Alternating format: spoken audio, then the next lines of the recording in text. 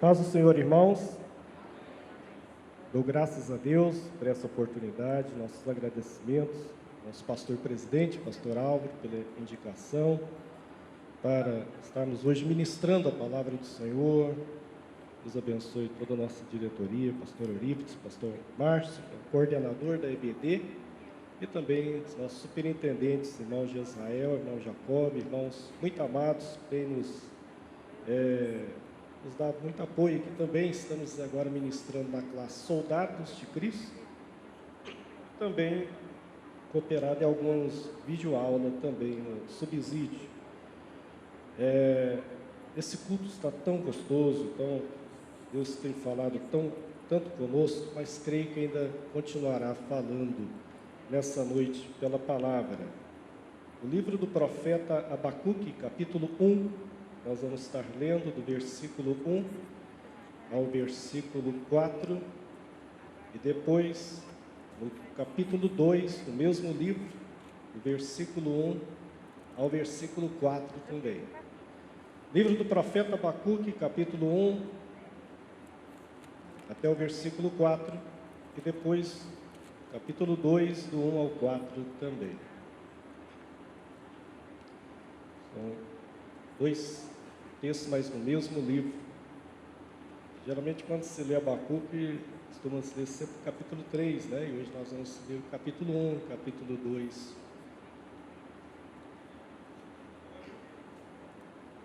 Capítulo 1 diz assim: sentença revelada ao profeta Abacuque. Até quando, Senhor, clamarei eu e tu não me escutarás? Gritar-te-ei violência e não salvarás? Porque me mostras a iniquidade e me fazes ver a opressão? Pois a destruição e a violência estão diante de mim, há contendas, e o litígio se suscita. Por esta causa a lei se afrouxa, e a justiça nunca se manifesta. Porque o perverso cerca o justo, a justiça é torcida. Agora no capítulo 2, versículo 1 ao 4. Diz assim, capítulo 2: Por-me-á uma torre de vigia, colocar-me-ei sobre a fortaleza, e vigiarei para ver o que Deus me dirá, e que resposta eu terei à minha queixa. O Senhor me respondeu e disse: escreve a visão, grava sobre tábuas, para que possa ler até quem passa correndo. Porque a visão ainda está para cumprir-se no tempo determinado, mas se apressa para o fim e não falhará. Se tardar, espera-o, porque certamente virá e não tardará. Eis o soberbo, sua alma não é reta nele, mas o justo viverá pela sua fé. Amém. Deus abençoe. Obrigado.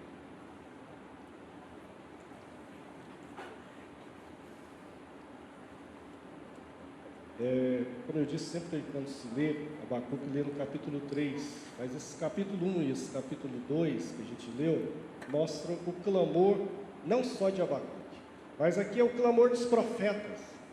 Aqui a gente vê o anelo, né, da necessidade humana e o clamor dos profetas. Os profetas, na verdade, fizeram clamores durante os livros proféticos, e esse foi até um dos temas, né, da EBD, desse trimestre, também na classe de jovens. Enquanto a classe de adultos estudou sobre o plano de Deus para Israel, com reis e também alguns profetas, mas eles tinham um clamor, e o clamor deles, o clamor dos profetas, é o nosso clamor. O que eles clamavam é o que a gente também clama. Ele dizia: Senhor, por que o Senhor me permite ver a violência? A justiça não está sendo executada. O que ele falou há muito tempo atrás, há 2.500 anos atrás, continua sendo verdade hoje. Até quando, Senhor, eu vou clamar? E ele fala que a sensação que ele tinha é que Deus não estava escutando ele.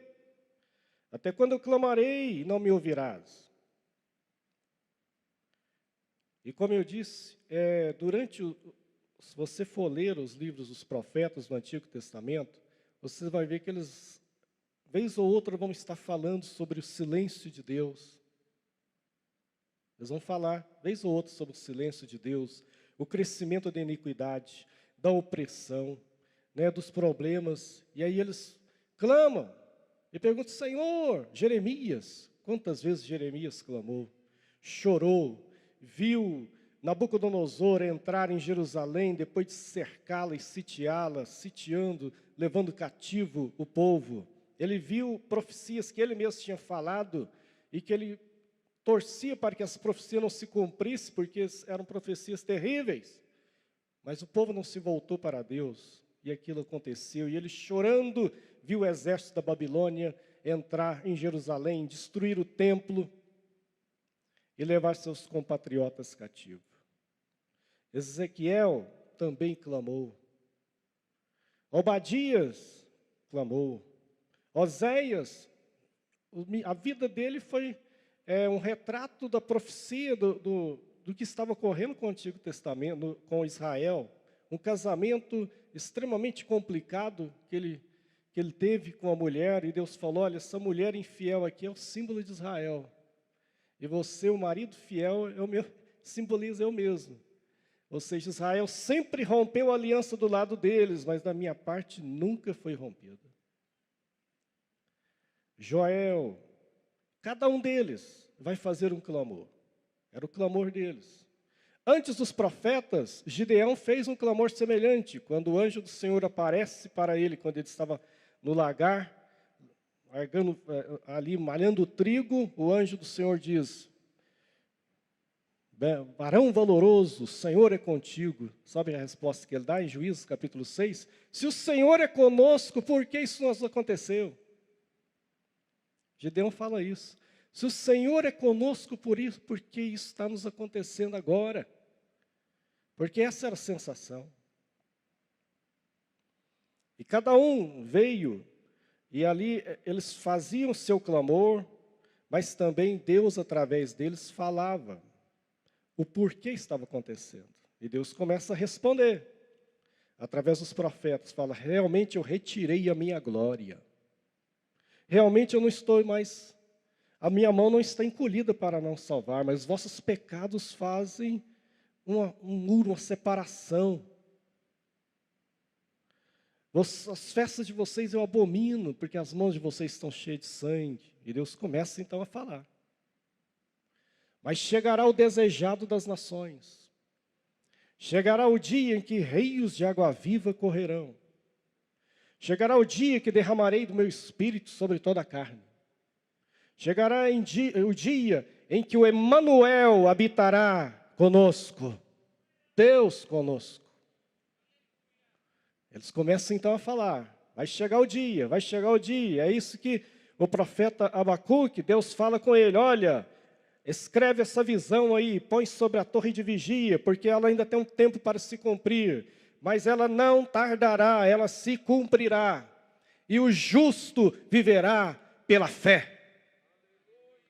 O apóstolo Paulo vai pegar esse texto de Abacuque capítulo 2 e vai lançar lá em Romanos capítulo 1 e dizer, eu não me envergonho do evangelho, porque é o poder de Deus para a salvação de todo aquele que crê, como está escrito, o justo viverá pela fé.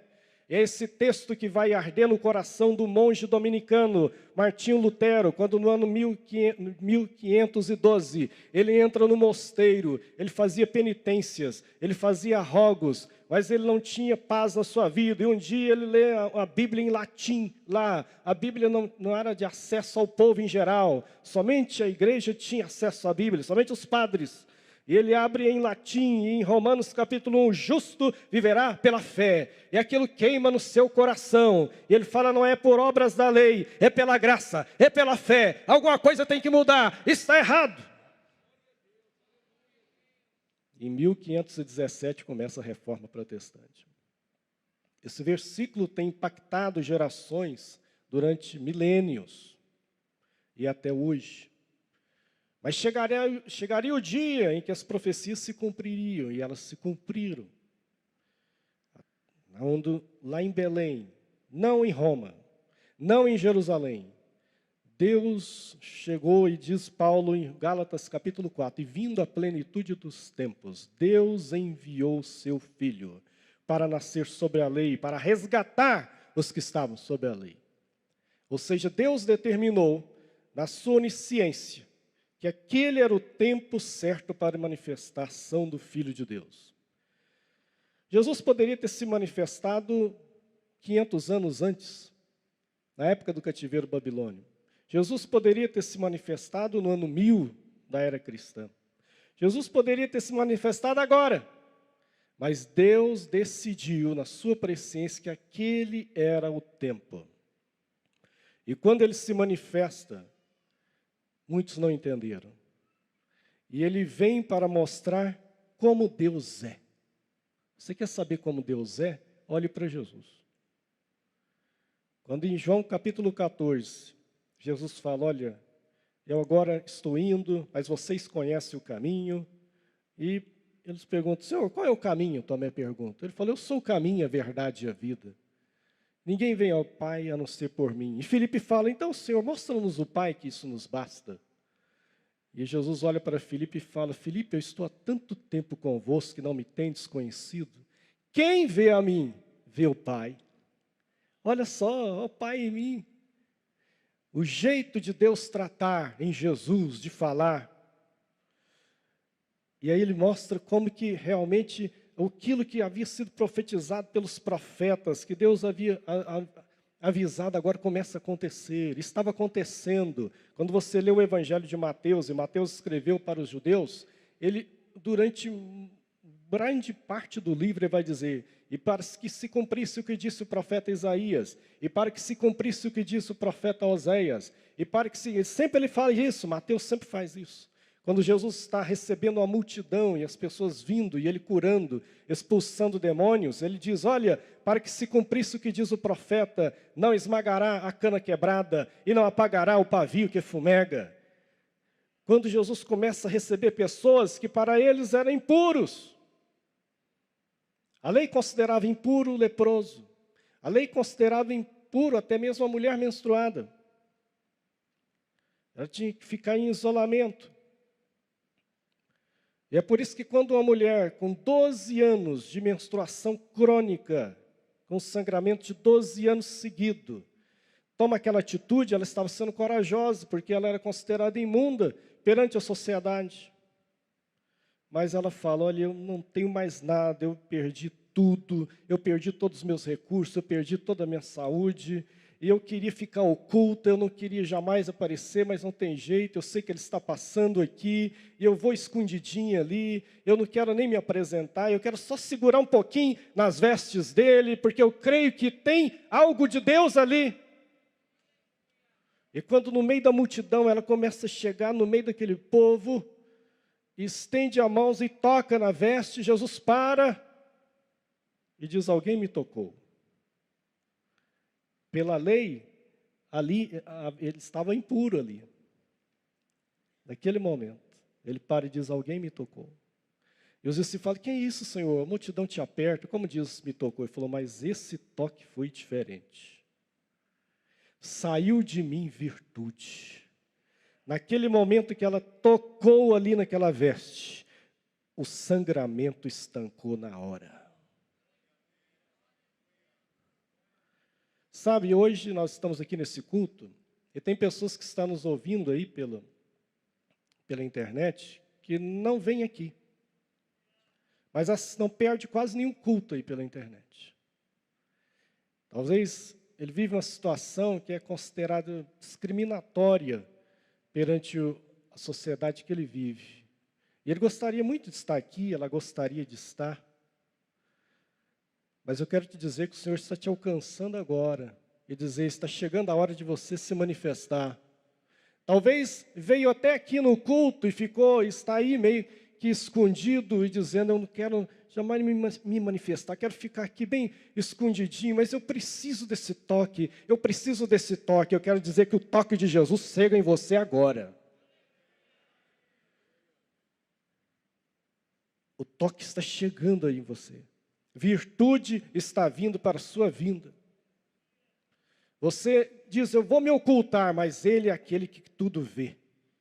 Ele é aquele que lá no Apocalipse escreve para cada uma das 7 igrejas e diz: eu conheço as tuas obras, eu conheço as tuas obras, eu te conheço, eu sei onde vives, eu sei onde moras. Ele fala para uma igreja: olha, eu sei que onde você vive é o trono de Satanás, mas vocês estão aí fiel. Ele diz para outros: olha, eu conheço vocês, vocês são pobres financeiramente, mas eu digo para vocês, vocês são ricos. E para outros que se diziam ricos, ele dizia: vocês são pobres.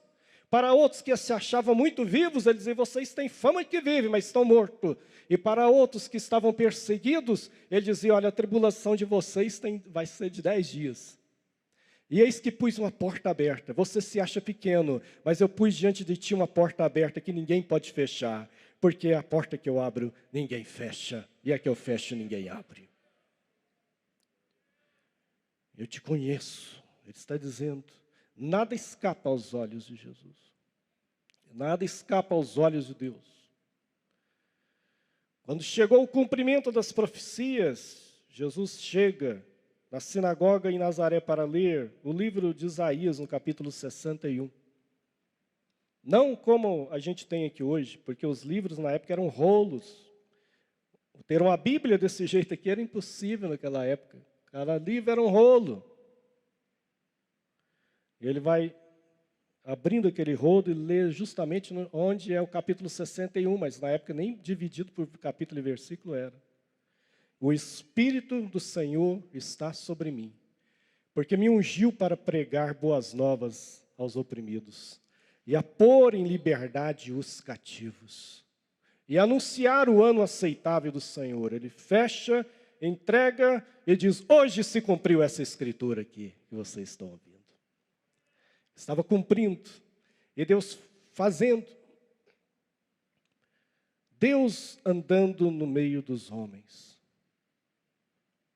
Mas um dia, ele morreu na cruz. E na época da sua morte, muita gente não entendeu.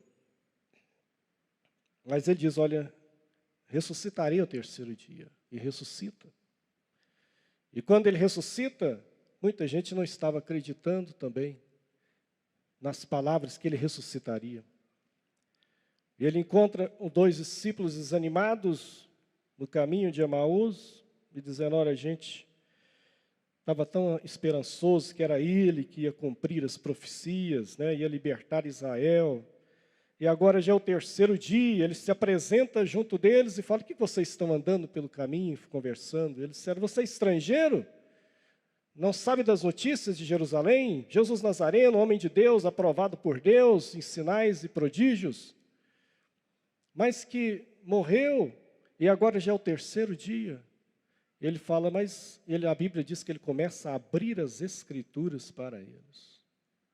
Nos Salmos, nos profetas, ele começa a dizer: mas vocês não lembram que lá no Salmo 22, estava escrito até as palavras da cruz? Eu penso que ele começou a falar isso. Se você ler Salmo 22, capítulo 1, está dizendo: Deus meu, por que me desamparaste? Até as palavras de Jesus na cruz está ali no Salmo 22. Vocês nunca leram Isaías 53, porque ele foi ferido pelas nossas transgressões. O castigo que nos traz a paz estava sobre ele. E pelas suas pisaduras nós fomos sarados. Vocês nunca leram que Davi disse que não permitirá que o teu santo veja corrupção, simbolizando que ele não ficaria na sepultura? Vocês nunca leram que nenhum dos seus ossos será quebrado? E realmente, quando Jesus pende a cabeça na cruz, era costume dos romanos quebrarem as pernas dos condenados antes deles morrerem, para infligir maior sofrimento. Mas quando eles vão fazer isso com Jesus, vê que ele está com a cabeça pendida. Então ele pega uma lança e fura do lado, e sai sangue e água, simbolizando água, que ele é o doador do Espírito Santo. Ele falou: eu vou, mas eu envio o Consolador, o outro Consolador. E aí, a hora que ele termina de falar isso para aqueles discípulos, eles falam: olha, está na hora já de jantar, por favor, está tão agradável a sua presença conosco, janta com a gente. E ele aceita o convite. E a hora que eles sentam à mesa, ele pega o pão e dá graças, e a hora que ele dá graças, eles falam: essa maneira de dar graças só Jesus faz. É Jesus.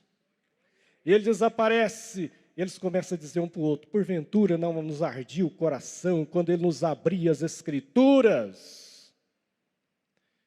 Porque a palavra de Deus tem poder. A palavra de Deus tem um poder extraordinário.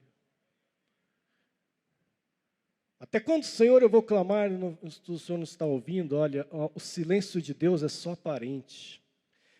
O atraso de Deus acontece só na nossa mente, porque Deus nunca atrasa. Deus chega na hora que tem que chegar. E Ele chega na hora certinha. O atraso é só na nossa mente. Os discípulos estavam em alto mar e achando, Jesus nos abandonou. E pior que foi Ele que mandou a gente atravessar para o outro lado. Ainda foi ordem dEle. É aquela pessoa que diz: Senhor, eu estou fazendo a Tua obra e agora parece que só problema me acontece. Eu estou com esse propósito de orar aqui na igreja e parece que só dificuldade está me acontecendo. Foi o Senhor que me mandou. E de repente Ele vem andando sobre a onda do mar. E eles olham e dizem: é um fantasma. Não conheceram Jesus. E Jesus falou: sou eu. E ele entra, e a Bíblia diz que o mar se aquieta e chega ao seu destino. Porque quando ele está no barco, pode vir vento, pode vir tempestade, mas tem uma coisa: ele vai chegar no seu destino. O barco vai chegar no destino. Jesus foi na 4ª vigília da noite. A primeira vigília da noite era das 18 horas às 21. A segunda, das 21 à meia-noite. Terceira, meia-noite a 3 horas da madrugada. E a 4ª vigília era das 3 às 6. Ele vai na 4ª. Ou seja, parecia que era o pior momento, mas ele foi quando tinha que ir. Ele foi na hora certa. E o mar se acalmou e o barco chegou. O atraso de Deus só ocorre na nossa mente. O justo viverá pela fé. Eu quero dizer que hoje Deus tem um milagre para fazer na sua vida. E quem está falando isso com você, você está olhando para um milagre aqui. Há 40 anos atrás, numa pequena igreja, na época pequeno templo da Assembleia de Deus, ali do bairro Marta Helena, um piso grosso ainda, cimentado. O que eu vou falar aqui tem umas 4 testemunhas oculares aqui, né, que congregavam naquela época ali. Pastor Márcio é um deles, pastor Modesto. Uma Petronilha, um adolescente de 12 anos de idade, que veio com a sua família, que antes eram católicos, passaram pelos testemunhos de Jeová, e agora chegaram ali naquela igreja, aquele menino muito doente. Desde os 2 anos de idade, sofria de bronquite asmática, com crises das mais terríveis. Vivia nos hospitais. E agora, naquele ano, parece como uma provação, começa a ter desmaios. Muitos cultos ali, naquele ano, meu pai me carregou para fora que eu desmaiava. Fomos no médico, ele falou: ele é epilético. Parecia que não tinha muita perspectiva para mim, não. Asmático e agora epilético. Mas tem uma coisa: a graça de Deus é maravilhosa. A misericórdia de Deus é sem limites. E nós buscamos a Deus, e principalmente a minha mãe, principalmente a oração dela. E um dia, eu não vi um anjo descer do céu, eu não vi cair um fogo, eu não vi nada. Um dia normal como qualquer outro. A gente foi novamente ali na UFO. Dessa feita, um outro médico nos atendeu, um neurologista, que era professor ali, faz uma bateria de exames em mim, e sendo que tinha chapas ali que tinha mostrado antes, né, um problema na cabeça, e agora ele olha e diz: olha, moço aqui não tem nada. Não tem nada, nada, nada. Porque para não dizer que ele não tem nada mesmo, ele está com um pouquinho de anemia. Então a senhora virou para minha mãe: dê agora soja para ele no feijão, mistura soja, dá leite de soja, soja nisso, soja, carne, soja. Eu comi tanta soja que eu não aguento nem mais ver. Mas o Senhor é misericordioso. O bronquite com o tempo sumiu, foi desaparecendo. Aquele problema foi curado ali instantaneamente. Sabe por quê? Porque a graça do Senhor é maravilhosa. O seu poder é maravilhoso. Vocês estão olhando um milagre. Então, como eu não posso dizer que não tem milagre? E o milagre pode ocorrer hoje. Um milagre no seu corpo, um milagre na sua alma, um milagre na sua mente. Você que está com crises terríveis de depressão e tem vergonha até de contar, porque eles vão dizer que você não tem fé. Você tem vergonha até de compartilhar, que vão dizer não vão me entender. Porque nós vivemos numa época que é difícil para confessar coisas. Você tem que saber para quem conta. Se for do ministério, então, quantas vezes que pastores, obreiros sofrem, porque às vezes falta alguém para compartilhar alguma coisa. Só que os problemas estão aí. A gente está vendo filhos de pastores suicidar, mulheres de pastores suicidar, pastores suicidando. Isso choca? Pois é, isso choca. Quantas pessoas hoje desesperançadas, quantas pessoas matando um leão por dia, mas ele está aí sofrendo, dizendo, Senhor, até quando eu clamarei? O Senhor não me ouvirá. Está fazendo a oração de Abacuque, mas o Senhor está te ouvindo. E ele diz, olha, escreve, porque a profecia vai se cumprir, fica firme, o justo viverá pela fé. Aí ele entende no capítulo 3, aí sim ele entende, e fala, ainda que a figueira não produza fruto, nem no curral não haja mais gado, eu todavia me alegrarei no Senhor, no Deus da minha salvação.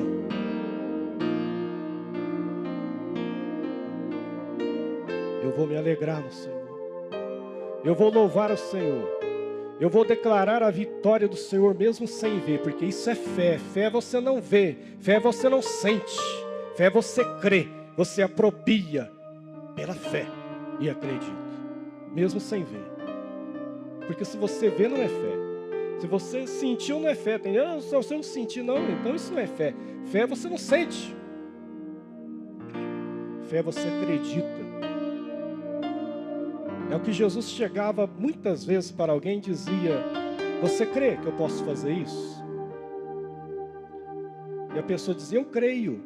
E muitas vezes Jesus disse, então que seja segundo a sua fé. Muitas vezes ele fez isso. Vai e que seja segundo a sua fé.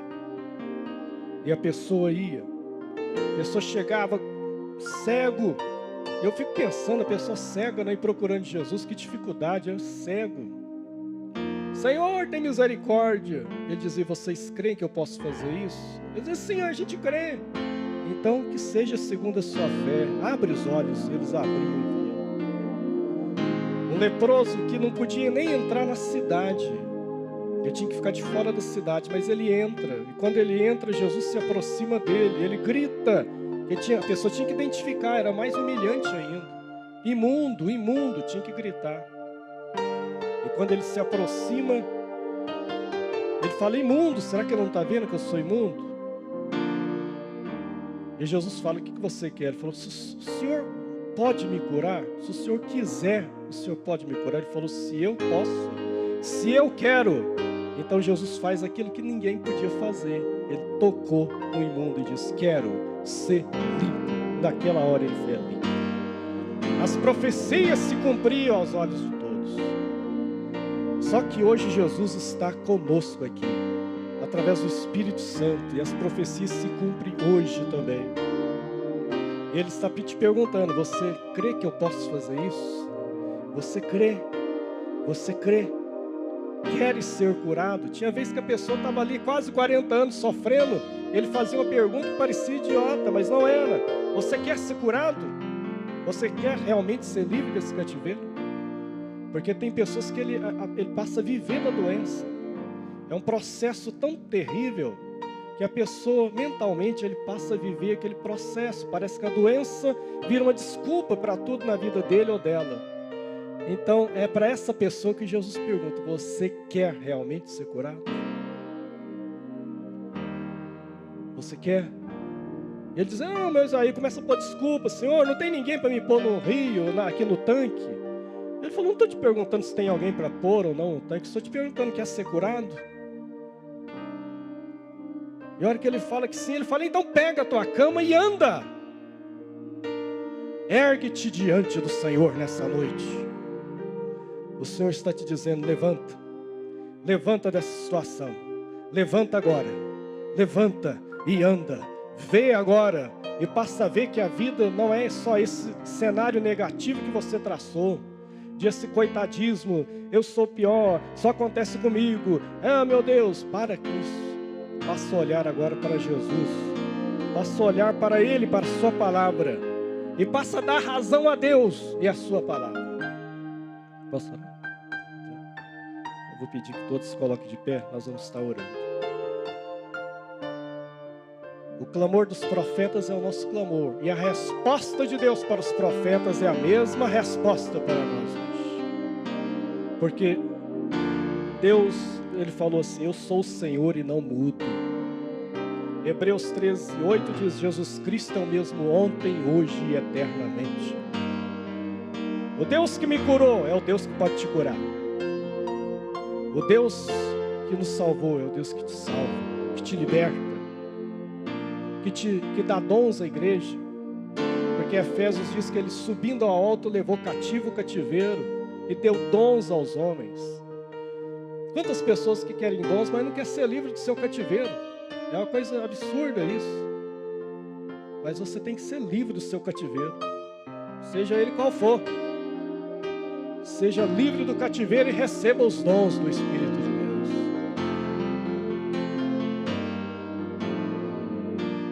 O justo viverá pela fé. Ainda que a figueira não produza, ainda que o mundo se conturbe, o Brasil politicamente, ainda que pareça que não tem esperança, mas a nossa esperança está no Senhor Jesus. A nossa esperança está em Cristo e sempre foi nele. Por isso que Paulo diz em Colossenses 1:27, né? Jesus Cristo, esperança da glória. Eu quero te convidar aqui à frente. Se há alguém para tomar essa decisão por Cristo nessa noite, vem aqui, eu quero orar por você. Talvez você veio, ficou aí dizendo: gostaria de ficar oculto, mas o Senhor, o Espírito de Deus te revelou, te tocou, e agora está dizendo: vem aqui, vem, aproxima mais, porque o tempo do opróbrio, o tempo da vergonha passou, o tempo do cativeiro passou, agora o tempo de cantar chegou, o tempo de renovação chegou, o tempo de cura chegou, o tempo de mudança chegou. Eu quero estar orando, eu quero orar por você que às vezes está aqui na igreja, é evangélico, mas o Espírito de Deus te toca para uma vida diferente agora, para algo maravilhoso, para uma novidade de vida, e você gostaria disso. Não precisa se envergonhar, vir à frente, tomar uma posição diante do Senhor é algo corajoso, é uma atitude de fé. Muitas vezes Jesus fez chamamento público, ele dizia: vem e segue-me, vem e segue-me, vem e segue-me, vem e segue-me. Era o chamamento público. É por isso que a gente faz isso até hoje. Vem, vem. Chegou o dia do jugo cair, em nome de Jesus, as correntes serem quebradas, porque a unção quebra todo jugo, não interessa qual é. Chegou a noite da cura para a sua vida, em nome de Jesus. Cura no corpo e cura na alma, cura na mente. Pode vir, em nome de Jesus. Nós vamos estar orando agora, declarando a bênção do Senhor A sua palavra foi falada. Isso é o Evangelho de Jesus. Porque o Evangelho não é terror, o Evangelho é boa nova. Deus estava em Cristo reconciliando o mundo. O Evangelho é boa nova. O Evangelho é graça. O Evangelho é libertação. O Evangelho é vida nova com Deus. E agora tudo mais passou. E agora você vai dizer como Paulo: eu agora vou esquecer das coisas que para trás ficam e corro para frente para o prêmio da soberana vocação em Deus. Porque o caminho de Deus é para frente, não é para trás não. É para frente. É para frente, em nome de Jesus. Pai, eu te adoro e te louvo nesse instante, pela leitura, Senhor, pela ministração da Tua palavra. Eu te dou graças, Senhor, porque hoje estamos aqui em um culto na igreja. A igreja não é uma invenção humana, mas é um projeto Teu. E nesse instante agora, Senhor, está apresentando essas vidas que estão aqui diante do Senhor, pedindo a Tua graça, a Tua misericórdia. E o Senhor conhece a vida de cada um. O Senhor conhece a necessidade de cada um. E agora que o Teu Espírito venha derramar graça, derramar cura, venha, Senhor, soltar todas as ataduras agora, e que se derrame o Teu amor com graça, com poder, agora no nome de Jesus. E nós declaramos que os jugos sejam quebrados agora, na autoridade do nome de Jesus. Que a depressão vá embora agora no poder do nome de Jesus. Que a doença agora seja repreendida em nome de Jesus. Aleluia! Que o Teu Espírito venha agora e renove e restaure, pois assim cremos e declaramos pela fé, em nome do Senhor Jesus. Amém. Deus abençoe.